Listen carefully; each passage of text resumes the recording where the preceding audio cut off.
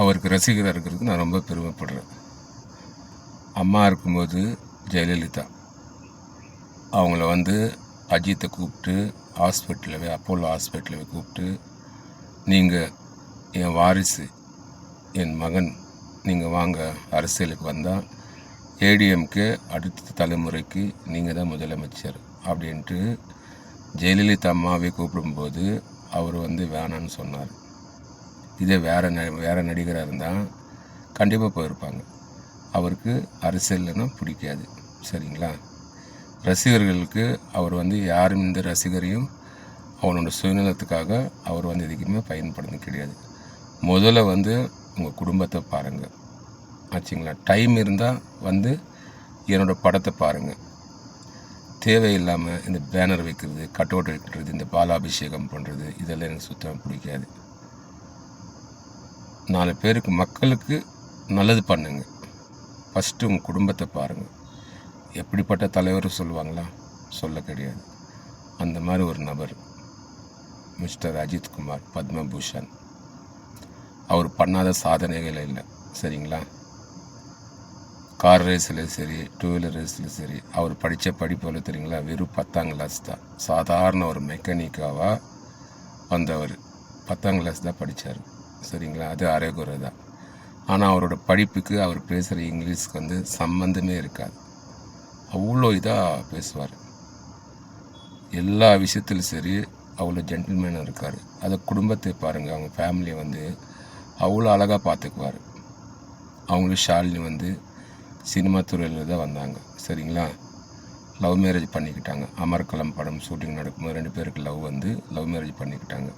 அப்புறம் அவங்க நடிக்கிறது விட்டு குடும்பத்தை கவனிக்கிறது பார்த்துக்கிட்டாங்க. ஆச்சுங்களா? அவருக்கு எவ்வளோ அசிங்கல், எவ்வளோ கஷ்டங்கள் பட்டிருக்க தெரியுமா?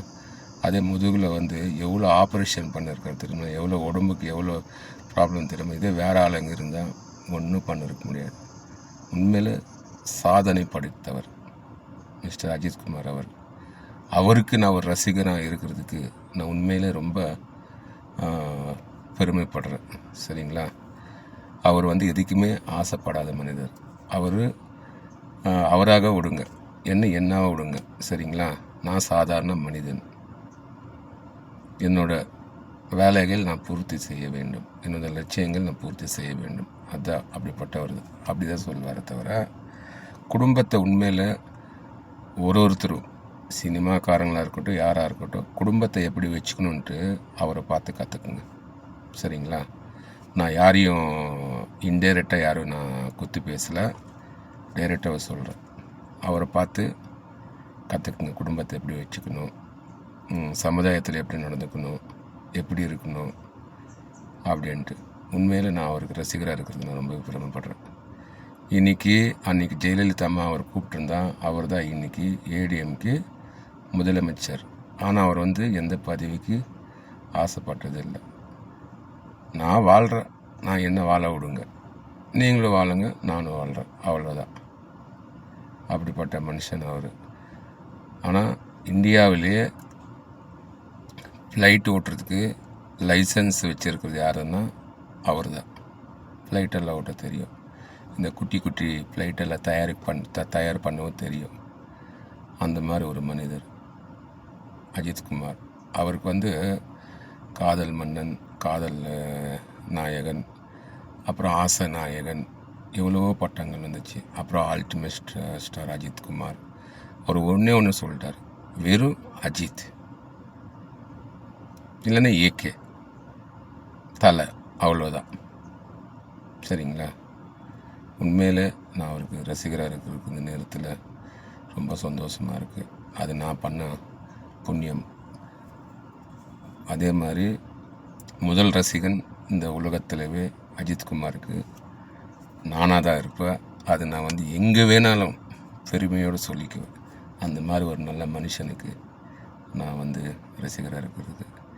இப்போ பாருங்கள், கட்சி ஸ்டார்ட் பண்ணார்னா ஆச்சுங்களா, அவர் தான் சிஎம். அவர் முன்னால் யாருமே கிடையாது. ஆனால் அவருக்கு அந்த ஆசைவே இல்லை. அவர் என்ன திரும்ப சொல்கிறாரு, என்ன வாழ விடுங்க, நீங்களும் வாழுங்க, நானும் வாழ்கிறேன், எல்லாரும் நல்லா இருப்போம் அப்படி சொன்னவர் தான் நம்ம gentleman Padma Bhushan mister Ajithkumar Subramaniam son of Jai Ajith.